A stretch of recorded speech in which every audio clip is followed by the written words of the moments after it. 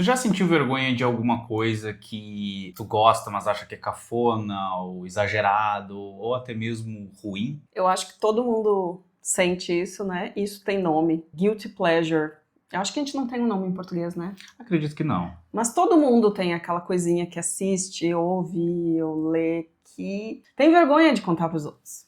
Então esse é o assunto do nosso vídeo de hoje. Oi, eu sou o Léo, Eu sou a Jana. e a gente vai falar hoje sobre Guilty Pleasure. Vai revelar as nossas vergonhas. Exatamente. E vai perguntar pra vocês também a vergonha de vocês, mas aquela vergonha que tu gosta, sabe? É mais ou menos aquela vibe de eu acho que isso é tosco, mas eu não consigo parar de assistir, ler, ouvir. Então se estende não só para filmes e séries, como músicas, jogos e até mesmo livros, né?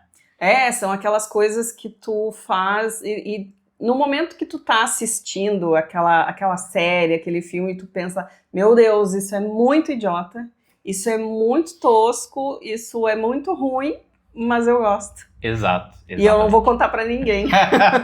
Exatamente. A gente tem uns em conjunto, né? Temos. Coisas que a gente assiste e não conta Exato. pra ninguém. E tem coisas que cada um, né, assiste sozinho ou assistiu no passado. E deixa lá mesmo, deixa por isso mesmo, que ninguém precisa ficar sabendo. Exatamente. Né? Um dos pontos do Guilty Pleasure é um escapismo sem esforço, né? É aquela ideia de não precisar pensar. É só assistir, só sentir. É aquela coisa que tu não precisa raciocinar, não te traz nenhum tipo de insight de vida, nada. É só desligar o cérebro e assistir e tá tudo certo.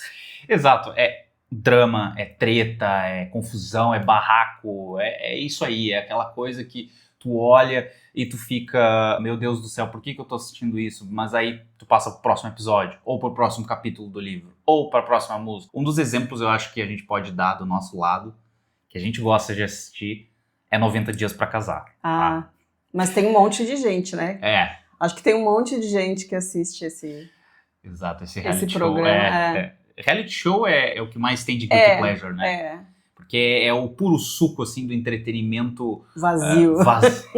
Exato. O apelo pra nós do 90 Dias pra Casar primeiramente, são as tretas, né? Ah, sim. São as tretas. Que não falta, né? Acho que todo mundo conhece, né? 90 Dias pra Casar. Basicamente, né, são os casais que um é americano, o outro é estrangeiro e eles tiram um visto de noivo, né? E aí, quando a pessoa chega nos Estados Unidos, tem 90 dias pra casar, senão ela não pode continuar nos Estados Unidos. Basicamente é isso e daí, né? Exatamente. Começa exatamente. A baixaria. Exato. Que é essa parte que a gente tá, entendeu, interessado. A baixaria, o barraco, tudo. E aí tu pensa, não, porque eu tô assistindo isso porque eu também quero ver a parte romântica. A gente tá lá pra ver a baixaria mesmo. De maneira geral é isso. E casos absurdos também, né? Sim. Então, fica aí. A dica pra quem nunca assistiu, 90 Dias pra Casar, aí é um guilty pleasure muito bom, ok? Um que a gente também gostava de assistir, faz tempo que a gente não assiste, né? Faz. É Botched. É um reality show de 2 médicos cirurgiões plásticos de Hollywood. Na mesma medida que eles realizam cirurgias em pessoas que tiveram um acidente ou tiveram algum problema de nascença ou algo assim. Ou fizeram também alguma cirurgia com um médico não muito bom, que fez alguma besteira. Exato, São as duas coisas, né? Ou coisas que já vêm com a pessoa, ou foi um erro de outro médico que eles consertam. Essa é a parte bonitinha do show.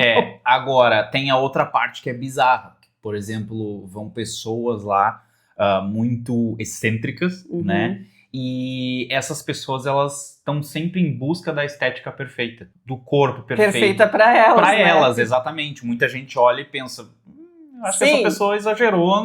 Ninguém pode dizer o que é perfeito, mas Exato. assim, perfeito no conceito delas, que às vezes é meio bizarro pra gente. Exatamente. Então muitas delas vão lá.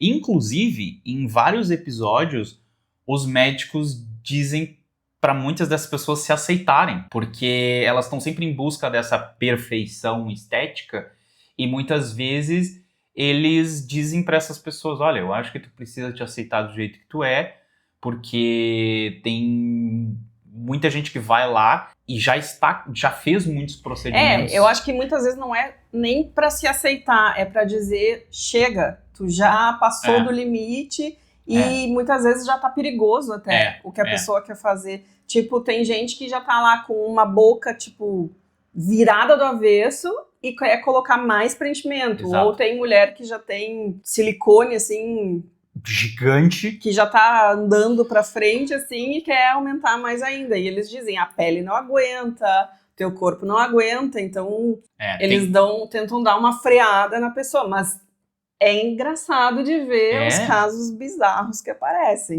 Exatamente. E tu consegue ver, assim, que eles estão lá dando essa, não dica, mas O conselho? o conselho, eles estão lá dando esse conselho médico, e essa pessoa que eles rejeitaram na cirurgia, olha pra câmera e diz, mas então eu vou procurar outro médico. E realmente vão ter outros médicos que vão fazer isso. Mas tem essa parte do programa e a gente tá geralmente pra essa parte. Sim. Né? Que é a parte mais maluca, assim, dá pra se dizer. Então é um programa muito... É um reality show muito bom. Mas tem outro também que é do mesmo grupo, que a gente também assiste... Faz tempo que a gente não assiste também. Gente, vão na TLC e no Discovery Home and Health, olhem o catálogo e escolham qualquer coisa. Tem muita coisa. Hoje em dia é mais isso. É Guilty Pleasure. E esse foi o nosso primeiro, que a gente mais assistiu, que é Quilos Mortais. Sim. Que, nossa, às vezes a gente olha e pensa, viu, a gente ainda tem salvação. Ai, que horror falar isso. Que horror falar isso. Mas no assim, vídeo. quando a gente começa gente, assim... não cancelem a gente. Não, mas é quando a gente começa assim, se alimentar mal, ficar com preguiça de ir pra academia, a gente olha, a gente não chegou nesse ponto, então... Pra quem não sabe, Quilos Mortais é um outro reality show. Olha como reality show, Guilty Pleasure andam lado a lado. Quilos Mortais é um reality show que acompanha uma pessoa morbidamente obesa, podemos dizer, certo? Que ela quer fazer uma cirurgia de redução de estômago, mas para ela fazer isso, claro, a equipe paga, né? Porque o médico é um dos produtores do programa, o Dr. Now, e essa pessoa tem que passar por um processo de emagrecimento. Ela tem que comer 1.200 calorias por dia, ela tem que fazer todas essas etapas, e na primeira consulta com o Dr. Now, ele diz quanto que ela tem que perder para ele aprovar a cirurgia. E ele é um médico especializado nesse tipo de cirurgia, porque é uma cirurgia de alto risco. Por isso que em inglês até é o peso mínimo. Não é o peso mínimo, mas é o peso da pessoa. Não, é um peso que a partir dali a cirurgia é muito complicada, é muito arriscada. Então ele é especializado nessas cirurgias mais arriscadas que são pessoas muito acima do peso. Eu acho que em quilos, para eles lá são 600 pounds, 600 libras. Isso. Eu acho que é em torno de 320 quilos, mais ou menos. Então ele tá acostumado a fazer essa cirurgia em pessoas muito arriscadas, né? Só que daí a pessoa tem que seguir o programa dele. E aí que começa o Guilty Pleasure, porque as pessoas são muito safadas. Exato. Elas não comem direito, daí elas chegam lá e mentem pra ele. Aí elas são grossas com a equipe, com o próprio médico, né?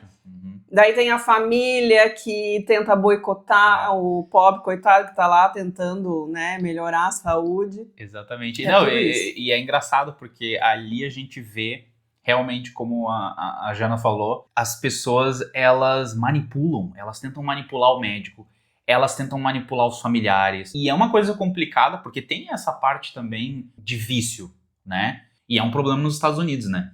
Porque muitos se sujeitam a isso, porque basicamente mostra toda a vida da pessoa, abre a vida da pessoa ali, porque o sistema de saúde dos Estados Unidos é extremamente caro, é caríssimo. Então, justamente por isso que elas se sujeitam né, a esse tipo de coisa. É um programa bom porque tem muita gente, tem muita treta às vezes, tem muita discussão com o médico, tem discussão com a família.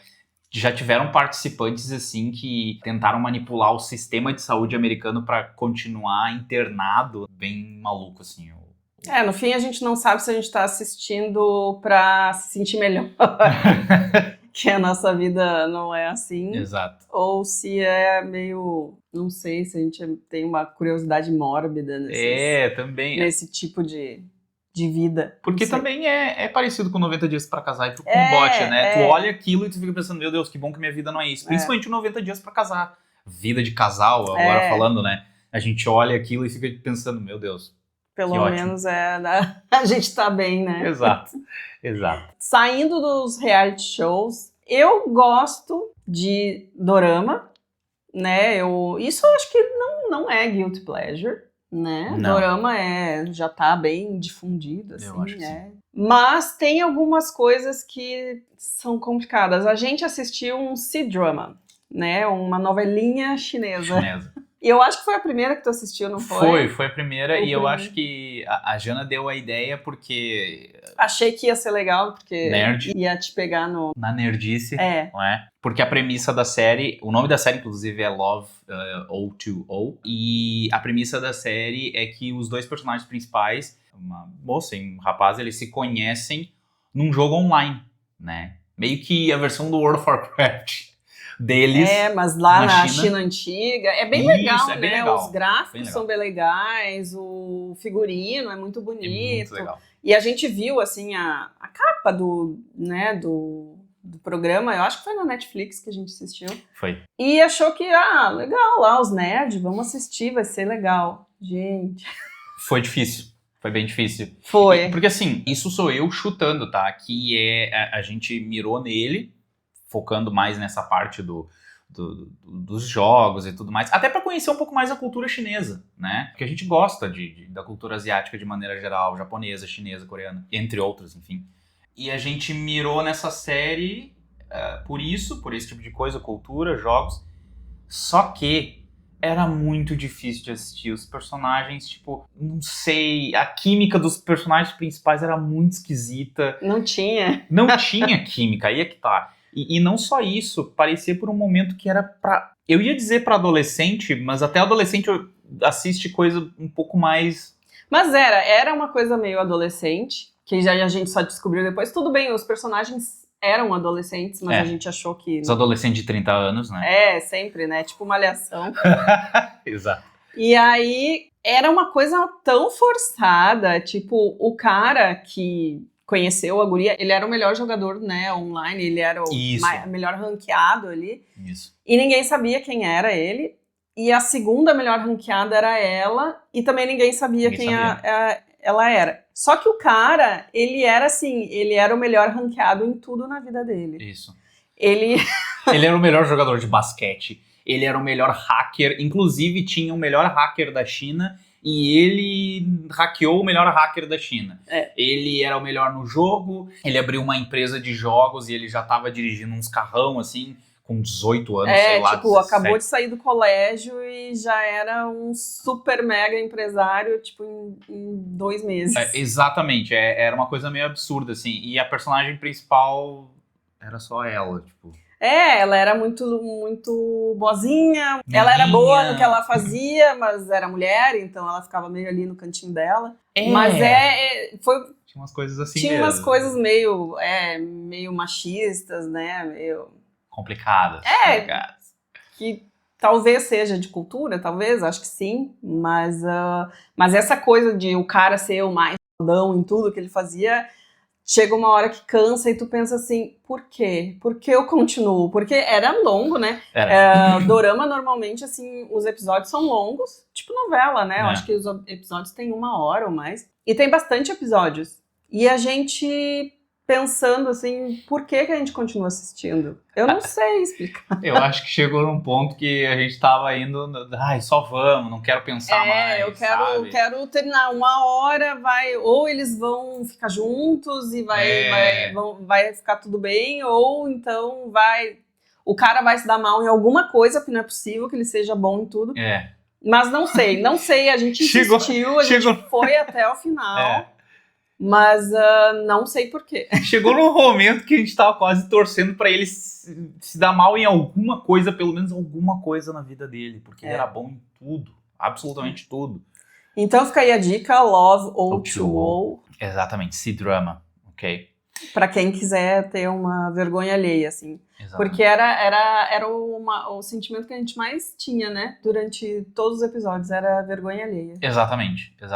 E falando em Love, tem outro aqui que a gente assistiu, que, enfim, a gente tava pela baixaria, 100%, que era Casamento às Cegas. Ah, mas isso sempre tem baixaria. Esse Sempre. eu acho que é mais ainda do que o 90 Dias pra Casar. Porque, claro, põe lá as pessoas que nunca se viram na vida, daí elas conversam através de um biombo, de uma parede, e acham que, né, encontraram o amor da vida delas, mas imagina, se demorou quantos meses pra gente acertar as coisas lá e ficar tudo tranquilo, imagina as pessoas que se conheceram ali e vão casar. Exatamente. Não, e eles botam, eles se conhecem, dão sim, vamos lá. Aí abre uma porta, cada um fica de um lado, abre uma porta e eles estão se vendo pela primeira vez. Aí é a parte do físico, né? Que daí eles ver têm. como a pessoa é. E eles têm que dizer se querem mesmo casar ou não. Porque a ideia é ali, sai dali pra, tipo, uma pré-lua de mel e depois casar. E a gente viu, acho que um casal só que não quis, né? Que o cara rejeitou a mulher. Isso do brasileiro, tá, gente? Porque tem vários vários países, mas das Sim. temporadas que a gente assistiu, acho que foi um só. Porque Os Mortais teve a versão brasileira, mas não foi muito legal. Muito legal. Eu não sei, eu acho que tem um fandom muito grande do Casamento às Cegas brasileiro. Não, então, mas daí o Casamento às Cegas tem de vários países na Netflix. E tem o brasileiro, então, nem sei quantas temporadas tem, mas fez sucesso, né? Exato. Então todo mundo assiste, mas é um pouco vergonha alheia. E a gente assistiu eu não sei se era... O último que teve, eu acho que foi aquele com as pessoas mais velhas. E mais velhas era depois de quantos anos? Depois de 50, exato. Exatamente, era depois de 50. Então. E a gente assistiu achando, não, esse daí, com o pessoal mais velho, o pessoal mais maduro, vai ser mais tranquilo, o pessoal... Não. Gente, só pra vocês terem uma noção, depois do casamento, porque muitos casais acabaram casando, tá? Isso é ok, tá? Não é spoiler. Mas só pra vocês terem uma noção, depois... Teve uma participante que eu não vou contar o que aconteceu na série, no reality show, mas depois entraram com uma medida protetiva contra ela. Pra vocês terem uma noção, assim, o nível que foi ali, sabe? Isso foi após o programa. Então, só um pouquinho stalker. Assim, ó, é bem loucuragem, assim, porque o lance do Casamento às Cegas, do 90 Dias pra Casar, diferente do Botched e do Quilos Mortais, é que tem muita treta fora dos bastidores, entende? Então, bastidores. Nos bastidores, isso. Tem muita treta nos bastidores. Obrigado. Então, tem esse lado também que é bem louco, assim. Uhum. Mas esse é um guilty pleasure que muita gente compartilha, porque faz bastante sucesso no Brasil. Uhum. Mas tem também os guilty pleasures mais antigos, coisas que a gente não compartilha, mas que, né, tivemos na nossa vida. Eu, por exemplo, não sei se chega a ser guilty pleasure pela obra em si, mas eu sentia vergonha de falar que eu assistia 2 séries. Pretty Little Liars, que no Brasil é Maldosas, né? Isso. E aqui em Portugal é Pequenas Mentirosas mesmo. E Gossip Girl. Por quê? Porque eu já era mais velha. Então eu assistia aquela coisa que era um universo de adolescentes. As 2 até fizeram bastante sucesso, mas eu tinha muita vergonha de contar para os outros, porque eu não era o público-alvo, né? Eu era mais velha, mas eu gostava de assistir. Aí eu ficava bem quietinha e não contava para ninguém, mas eu assisti tudo. Tudo não, Gossip Girl eu assisti inteira. Mas Pretty Little Liars eu desisti ali na 5ª temporada. Mas, não sei, quem sabe volto. Pois é, quando a Jana leu pra mim, porque eu nunca assisti nenhuma das 2, mas ela leu mais ou menos a sinopse de Pretty Little Liars, e eu fiquei, mas é interessante isso, pelo menos a descrição, a premissa da série é interessante.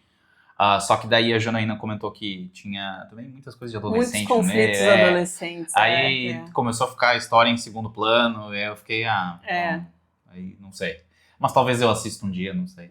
Pode ser. Mas eu sentia vergonha na época de falar que eu gostava dessas duas séries. E Vampire Diaries também. E é no mesmo... Acho que tudo era ali mais ou menos na mesma época e todas entraram no mesmo esquema pra mim. Eu gostava, eu assistia, mas eu tinha vergonha de falar porque eu achava que era de adolescente. O público-alvo era, eu acho que, jovens. E eu não era mais adolescente.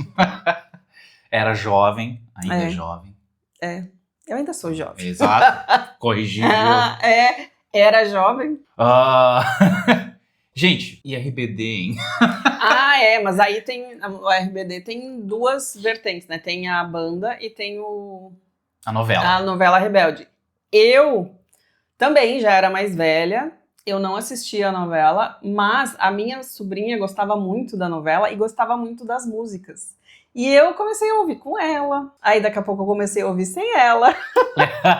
E comecei a gostar. Só que eu não contava pra ninguém, porque eu também já era mais velha. Achava que era uma coisa, bobinha. Mas me ajudou a gravar várias coisas do espanhol, assim, Olha só. Porque eu acho que eles chegaram a cantar em português também, Português também, Mas eu ouvia só em espanhol e é uma boa dica pra quem tá estudando alguma língua. Que música te ajuda a entender algumas construções, algumas conjugações, principalmente essas línguas, tipo espanhol. E me ajudou. Essa é a minha desculpa pra, quando eu digo que eu ouvia RBD. Não, eu só ouvi o RBD pra aprender espanhol. Porque não tem mais nenhuma banda em espanhol, artista bom, mas eu ouvia. Bom, a minha história com RBD e Rebelde é que eu fui influenciado pela minha irmã, ok? Ela ouvia bastante RBD e como eu ficava com ela de tarde em casa, ouvia de vez em quando, aí comecei a ouvir mesmo. Comecei a gostar das músicas. Ela tinha tanto em espanhol quanto em português, então às vezes ela ouvia em espanhol, às vezes ouvia em português, então eu também. E aí comecei a ouvir também, comecei a gostar. Eu não sei porque na época muitos meninos zoavam, sabe? Então deixei na minha lá. Era um guilty pleasure meu. A novela eu assistia também. Muito por causa dela, ok? Fui extremamente influenciado por ela. Dando desculpa. Mas eu assistia. Assistia a novela, assistia Rebelde, e ouvia o RBD, tanto em português quanto em espanhol. Então, era isso. Era um guilty pleasure meu da época. Medo de ser zoado na época. E é tosco, né? Porque gosto é gosto. É isso. E eu, na época que eu era adolescente... Eu andava com uma turma mais, assim, como é que eu vou dizer? Cult. É mais cult. Todos eram extremamente intelectuais. Okay. E aí, eu tinha vergonha de falar que eu gostava de Backstreet Boys. Everybody, yeah. Gostou? A gente podia ter ficado sem essa, mas tudo bem. Eu gostava de Backstreet Boys. Nossa, ficava... Minha adolescência foi na frente da TV, assistindo MTV, esperando o Disque MTV. Agora eu percebi que eu tô entregando idade aqui. Mas para assistir os clipes, porque os clipes também eram muito produzidos. Tem o clipe mais vergonha alheia da MTV, que eu acho que é aquele que eles estão na chuva, assim, sabe? Nossa, eu não lembrava disso aí. Mas eu gostava e eu tinha vergonha de falar. Eu não admitia que eu ouvia, mas eu ouvia e gostava. E depois, eu acho que foi 2017, 2018, eles fizeram uma turnê e eles passaram por Porto Alegre. Eu fui com a minha amiga e a gente, assim, se esgoelou cantando. Os caras já lá tudo rebocado, tudo retocado, mas... Foi incrível. Gente se divertiu. Foi muito bom. E aí que tá, né, também, se tu gosta, se tu te diverte, se é um entretenimento pra ti, o que é ruim e o que não é, né? Tem isso. Por exemplo, eu não entendo, e eu fui uma das pessoas que dei hate, desculpem, ok? Mas eu era adolescente na época. Crepúsculo, sabe? Hoje em dia é quase cult o negócio, sabe? E eu nunca tinha assistido na época. A gente assistiu recentemente, ela reassistiu e eu assisti pela primeira vez. Não é tão ruim quanto eu achei que fosse. Assim, não é uma obra-prima, né? Mas entrega o que promete. É isso? É que assim, os livros são mal escritos. Muita coisa no filme é tosca. As interpretações muitas vezes são muito toscas, né? São bem ruins. Nossa, são bem ruins. Mas... tinha um público-alvo ali e o público-alvo adorava, e é isso. E eu acho que muitas vezes essa vergonha alheia, esse hate desse tipo de obra, não tô dizendo que é bom, mas a gente gostava. Mas a gente gostava. Se fosse um público-alvo diferente, talvez não tivesse recebido todo esse hate. Pode ser? Porque o público-alvo eram mais adolescentes e mais gurias, assim. Então, talvez isso provocasse um pouco, porque normalmente as obras que recebem esse hate todo, a maioria tem o público-alvo meninas mais novas. Isso é verdade. A gente pode usar o exemplo não só do Crepúsculo. Claro, Backstreet Boys ele abrangia mais pessoas, mas também era mais pra gurias, exatamente. Rebelde também. Rebelde também. Então dá pra gente trazer um pouco dessa crítica aqui no vídeo, né? De que muito disso era muito disso se dá pelo fato do público-alvo ser feminino, né? O que me incomodava, principalmente no Crepúsculo, era a inconsistência nos filmes. A inconsistência de, por exemplo, numa cena, tu tem o... Como é que é o nome do lobisomem? Jacob, obrigado, tá? É engraçado porque na época tinha Team Jacob versus Team Edward. Ninguém era Team Jacob, eu acho. Ah, sim, tinha muita gente. Sim, tinha. Comenta aqui embaixo, quem era? Quem era o Team Jacob? Mas aí, o que me incomoda era que tu tinha numa cena o Jacob pulando e virando um lobisomem, um lobo muito grande, e aquela foi muito elogiada essa transformação dele na época, o design que fizeram, como é que é, os efeitos especiais foram extremamente elogiados, bem elogiados pra época. Era bem avançada, foi bem bom. Muito, e aí tu tem a filha da Bella, que...